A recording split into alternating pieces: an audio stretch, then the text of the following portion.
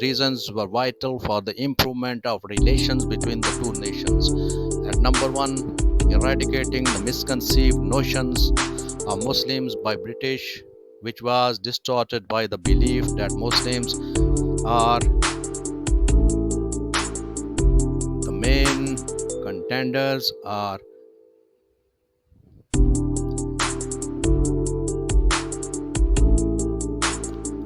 who planted the conspiracy of 1857, and it is a point which has distorted the relations of British and Muslim of subcontinent. Primarily the British claimed that events of the War of 1857 was organized by the Muslims and hence they deserve to be suppressed. اس لیے وہ حقدار ہیں اس چیز کے کہ ان کو suppress کر دیا جائے، کیونکہ انہوں نے یہ جو 1857 کی جو جنگ ہے اس کو آرگنائز کیا تھا اور اس کے مین ذمہ دار ہیں مسلمان. دوسری طرف مسلمان جو سوچتے تھے Muslim considered that Western ideas conflicted with Islamic teachings. تو یہ دو پوائنٹ تھے جو سر سید احمد خان ہیں انہوں نے کیا کیا. سر سید Ahmad Khan on the other hand eyed Muslim to benefit from the Western science and technology.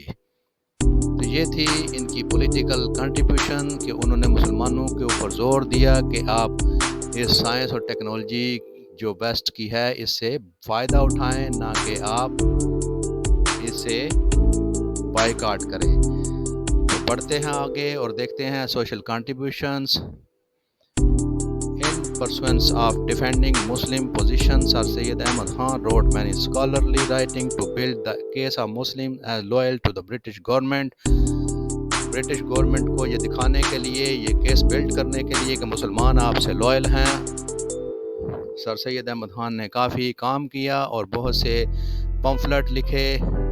اسی کے ضمن میں انہوں نے ایک پمفلٹ لکھا جس کے 3 حصے تھے. دی لوئل محمڈنز آف انڈین جو کہ 1860 میں پبلش ہوا. پہلا جو اس کا پمفلٹ تھا وہ 1859 میں پبلش ہوا، دوسرا جو ہے وہ 1860 میں اور تیسرا جو ہے وہ 1862 میں ہوا. تو یہ جو 1860 میں پبلش ہونے والا اس کا پمفلٹ ہے، اس میں انہوں نے کوشش کی کہ ان مسلمانوں کے کارنامے جنہوں نے برطانوی راج کے حق میں ان کے ساتھ وفاداری نبھاتے ہوئے جو یہاں کے لوگ تھے ان کے خلاف جنگ لڑی 1857 کی اور مسلمانوں نے کارنامے سر انجام دیے، ان کو ہائی لائٹ کیا اور اس کا نام رکھا دی لوئل محمڈنز آف انڈیا، کہ وہ مسلمان جو برٹش گورنمنٹ کے ساتھ مسلمان جو لوئل تھے ان کی جو آؤٹ اسٹینڈنگ ایفرٹس تھی اس کو ہائی لائٹ کیا. اس کے علاوہ انہوں نے کرسچینٹی اور اسلام کا ایک کمپیریٹیو اسٹڈی کی، اس کا نام رکھا طبیان الکلام. طبیان عربی ورڈ ہے، عربی زبان کا لفظ ہے جس کا مطلب ہے کسی چیز کا واضح بیان. تو اس میں بائبل کی تشریح بھی کی گئی تھی اور مسلمانوں اور عیسائیوں کے درمیان جو سملیرٹیز ہیں اس کو بھی ہائی لائٹ کیا گیا تھا. تو یہ تھی ان کی سوشل کنٹریبیوشنز. اب دیکھتے ہیں کہ ایجوکیشن میں انہوں نے کیا. تو اصل جو کام تھا ان کا مین کنٹریبیوشن وہ تھی ایجوکیشنل کنٹریبیوشن.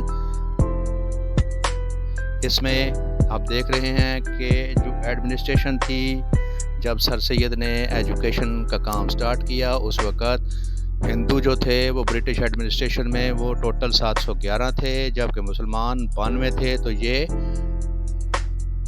ہندوؤں کے مقابلے میں تعداد کچھ بھی نہیں تھی. تو ایسی صورتحال میں سر سید نے یہ سمجھ لیا کہ مسلمانوں کو اپنی ترقی کے لیے سب سے زیادہ جو فوکس ہے وہ تعلیم پہ کرنا ہوگا، اور تعلیم بھی وہ جو ایڈوانس ایجوکیشن ہو، ویسٹرن ایجوکیشن. تو اس کے ساتھ مسلمان ترقی کر سکیں گے، ورنہ مسلمان پیچھے رہ جائیں گے اور ہندو غالب آ جائیں گے ہر چیز پہ اور ان کی ہیجمنی قائم ہو جائے گی۔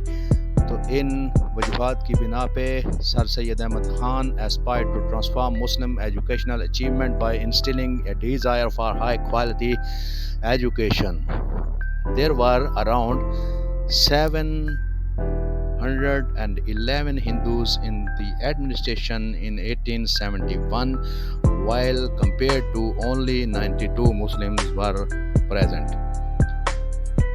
Sir Syed Ahmad Khan wanted Muslims to understand the need of education for progression and to be able to exercise their political and administrative rights. He believed that the Quran emphasized the importance of obtaining the scientific education which contributes to comprehending Allah Almighty's entire magnificence. His contributions include the opening of schools that we will discuss in upcoming slides. یہاں پہ آپ کو تھوڑا سا بتا دوں کہ سر سید نے یہ چاہا تھا کہ مسلمان تعلیم حاصل کریں اور ویسٹرن ایجوکیشن کی تعلیم کو حاصل کریں، اور یہ بھی ان کا ایمان تھا اور سوچ ان کا خیال تھا، اور اس چیز پہ انہوں نے جو ہے وہ مسلمانوں کو موٹیویٹ بھی کیا کہ اسلام میں قرآن پاک بھی اس چیز پر زور دیتا ہے کہ آپ سائنٹیفک ایجوکیشن کو حاصل کریں اور اس میں اپنی کنٹریبیوشن دیں، اللہ کی جو انٹائر میگنیفیکینس ہے اس کو کمپریہینڈ کرنے کے ساتھ ساتھ اپنی کنٹریبیوشن سائنس اور جو سائنٹیفک نالج ہے اس کو حاصل کرنے میں بھی اپنا حصہ ڈالیں اور اپنی اچیومنٹس بھی سائنس میں دکھائیں۔ تو دوستو، ایجوکیشن کو عام کرنے کے لیے سر سید احمد خان نے کیا کام کیے وہ ہم دیکھیں گے آن دی گراؤنڈ۔ انہوں نے کیا کیا، تو ہم دیکھ رہے ہیں مراد آباد میں انہوں نے ایک سکول قائم کیا جس کا نام تھا گلشن سکول ان 1859۔ جب وہ مراد آباد میں اپوائنٹ کیے گئے تھے گورنمنٹ کی طرف سے، وہ گورنمنٹ کے سرونٹ تھے، تو وہاں پہ انہوں نے یہ سکول قائم کیا جس کا کام تھا مسلمانوں کو ایسٹرن اور ویسٹرن ایجوکیشن کو کمبائن کر کے پڑھانا۔ تو دوسرا جو تعلیمی ادارہ انہوں نے قائم کیا وہ تھا 1862 میں غازی پور میں، اس کا نام تھا وکٹوریا سکول۔ اس کا بھی کام ایسٹرن ویسٹرن ایجوکیشن کو کمبائن کر کے مسلمانوں کو انکلکیٹ کرنا، مسلمانوں کو پڑھانا، یہ مقصود تھا تاکہ مسلمان ویسٹرن ایجوکیشن حاصل کر کے مین اسٹریم جو ایڈمنسٹریشن ہے اس میں اپنا کردار ادا کر سکیں۔ یہاں پر ہم دیکھیں گے کہ بہت ہی ایک امپورٹنٹ چیز جس کو ڈسکس کرنا ضروری ہے جو بک کے اندر نہیں ہے، important to note here is that sir Syed founded the translation society in Ghazipur in 1863 to translate major work in the field of science and modern arts into Urdu and Hindi. تو اس ٹرانسلیشن سوسائٹی جو 1863 یا 1864 میں، کچھ مورخین کے نزدیک 1864 ہے زیادہ امپورٹنٹ ڈیٹ جب بنیاد رکھی گئی، اس کا کام جو مغربی دنیا کے علوم تھے، سائنسی علوم، تحقیقی علوم، ان کو اردو اور ہندی میں ٹرانسلیٹ کرنا تھا۔ اس کے بعد it was later renamed as the Scientific Society and moved to علی گڑھ۔ یہ جو ٹرانسلیشن سوسائٹی تھی اس کا نام چینج کر کے سائنٹیفک سوسائٹی رکھا گیا، اور جب علی گڑھ میں بنیاد رکھی سر سید احمد خان نے اپنے انسٹیٹیوشنز کی، تو اس وقت اس کو بھی یہاں سے ریموو کر کے وہاں پہ شفٹ کیا گیا علی گڑھ میں۔ تو یہ جو ادارے تھے جتنے بھی سر سید احمد خان نے بنائے تھے، ان کا کام کیا تھا؟ ان کا کام تھا to replicate the British education for the Muslims of India, the opening of Mohammedan Anglo-Oriental College and the organization of Mohammedan Educational Conference in 1886. تو علی گڑھ میں جو موومنٹ سٹارٹ ہوئی وہاں پہ جو ادارے قائم کیے گئے تعلیمی ادارے ان میں تھا اینگلو اورینٹل کالج اور محمدن ایجوکیشنل کانفرنس 1886 میں بنائی گئی. ان کا کام تھا کہ انہی جو تعلیمات ہیں مغربی ان کو ریپلیکیٹ کر کے یعنی کہ ان کی کاپی کر کے یہاں پہ پڑھایا جائے مسلمانوں کو. تو دوستو اینگلو اورینٹل کا مطلب ہے کہ اینگلو کا مطلب کہ انگلستان، انگلینڈ، انگلستان یا یورپین ایجوکیشن، اور اورینٹل کا مطلب ہے کہ مشرق کا. جو یہاں کے لوگ تھے مشرقی تعلیمات تھی ان کو بھی یہاں پر کمبائن کیا گیا. تو یہ اینگلو اورینٹل کا مطلب ہے کہ اس کے 2 اسپیکٹس تھے، ایک اینگلو تھا دوسرا اورینٹل، کہ مشرق اور مغرب کی تعلیمات کو امیلگمیٹ کر کے اکٹھا کر کے لوگوں کو پڑھایا گیا، جس میں آپ کو دین اسلام بھی سکھایا جاتا تھا اور سائنسی علوم بھی سکھائے جاتے تھے. تو محمدن کہتے تھے مسلمانوں کو اس وقت. ہم ابھی آگے چلتے ہیں اور دیکھتے ہیں کہ اس میں اور کیا کیا گیا سر سید کی طرف سے. دوستو سر سید put all his efforts into replicating the British education for the Muslims of India, the opening of Mohammedan Anglo-Oriental College and the organization of Mohammedan Educational Conference in 1886. یہ ان کی ایک کاوش تھی. آپ دیکھتے ہیں کہ یہ جو فیکٹ ہے یہ آپ کے لیے ضروری ہے جاننا. In addition to his efforts to equip Muslims with modern education, Sir Syed also cleared British misunderstanding regarding the use of the word Nazareth by the Muslims. This was considered an insult by the British, but Sir Syed cleared that the origin of this word came from Nasir, an Arabic word meaning helper. Hence, this term was a reflection of a positive image of Britain in the mind of Muslim instead of an insult. تو مسلمان نصارہ کہتے تھے، جو لوگ تھے برطانیہ کے ان کو نصارہ کہتے تھے. تو برٹش لوگ سمجھتے تھے کہ یہ ہماری انسلٹ کرتے ہیں. اس چیز کو کلیئر کیا سر سید نے کہ یہ کوئی انسلٹ کا ورڈ نہیں ہے بلکہ اس کا مطلب ہے مددگار، جو کہ عربی ورڈ ہے. نصارہ کا مطلب مددگار ہے. اس سے کافی بہتری آئی. اب ہم آگے دیکھتے ہیں کہ سگنیفیکینس کیا تھیں اس کی کنٹریبیوشنز جو سر سید نے کی ان کی. His contributions include the opening of schools in مراد آباد and غازی پور. اور اس کے علاوہ ان کی سگنیفیکینس ہم دیکھیں گے. Education as a driving force behind movement to achieve prosperity for Muslim community. Number 2 ہے he strives to convince both the Muslims and British to review rigid approach towards each other and focus on mutual cooperation. He made the Muslims to realize the importance of education. اور number 4 پہ سر سید's effort brought renaissance, political awareness and realization of value of education. تو یہ 4 main point آپ کو یاد رکھنے ہوں گے کہ ان کے امپیکٹ کیا تھے. یہی مین فوکس ہے کہ آپ کو امپیکٹس کا پتہ ہونا چاہیے کہ اس کے جو سگنیفیکینس ہے، اس کی امپورٹینس ہے، اس کے امپیکٹ کیا تھے. وہ تھے کہ ایجوکیشن ایک ڈرائیونگ فورس بن گئی مسلمانوں کی خوشحالی کے پیچھے اور ان کی پروگرس کے پیچھے، اور مسلمانوں کو کنونس کرنے کے لیے بہت سی کوششیں کی سر سید نے کہ مسلمانوں اور برطانوی راج کو ریویو کرنے پر مجبور کیا. اپنی پالیسیز جو ان کی ہارش پالیسیز تھیں ایک دوسرے کے خلاف، اور ایک جو گیپ تھا ان کے درمیان اس کو فل کرنے کی کوشش کی، اور مسلمانوں کو ریئلائز کرنے کی کوشش کی کہ آپ کی جو ایجوکیشن کی تعلیم کی اہمیت ہے وہ پتہ ہونی چاہیے. یہ مسلمانوں کے لیے ضروری تھا، اور یہ سر سید احمد خان کی ایفرٹس کا نتیجہ تھا کہ مسلمانوں کے اندر رینیسانس یعنی کہ نشاط ثانیہ کا آغاز ہوا، اور مسلمانوں کے اندر پولیٹیکل اویئرنیس آئی اور ان کو ایجوکیشن کی قدر کا پتہ چلا. یہ ان کی محنتوں کا نتیجہ تھا. اب دیکھتے ہیں اور آپ سے سوال کرتا ہوں ایک think and tell. Owing to these contributions, what title we can give to Sir Syed in contributions کو مد نظر رکھتے ہوئے ہم ٹائٹل دے سکتے ہیں سر سید کو کون سا، وہ اپنے بتانا ہے، تو وہ ہے father of the Pakistan movement. تو سر سید کو father of the Pakistan movement بھی کہتے ہیں اور father of two nation theory بھی کہتے ہیں.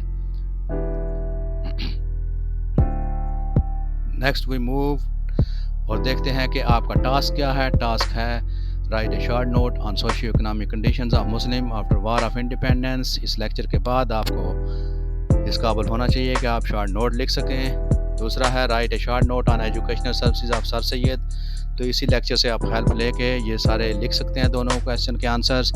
ایم سی کیوز ہے سر سید's opening of school at Moradabad and Ghazipur is included in contribution of sir Syed. تو یہ کون سی کنٹریبیوشن ہے؟ یہ ہے ایجوکیشنل کنٹریبیوشنز. تو دوستو اب تک کے لیے اتنا ہی. امید ہے کہ آپ کو یہ لیکچر اچھا لگے گا اور بہت ہی مددگار ثابت ہوگا اس ٹاپک کو سمجھنے کے لیے. اب تک کے لیے اتنا ہی. اللہ حافظ. آپ کو نیکسٹ لیکچر میں دیکھیں گے جو کہ علی گڑھ موومنٹ پہ ہوگا. Thank you very much for watching. اللہ حافظ. Good bye. See you in next lecture.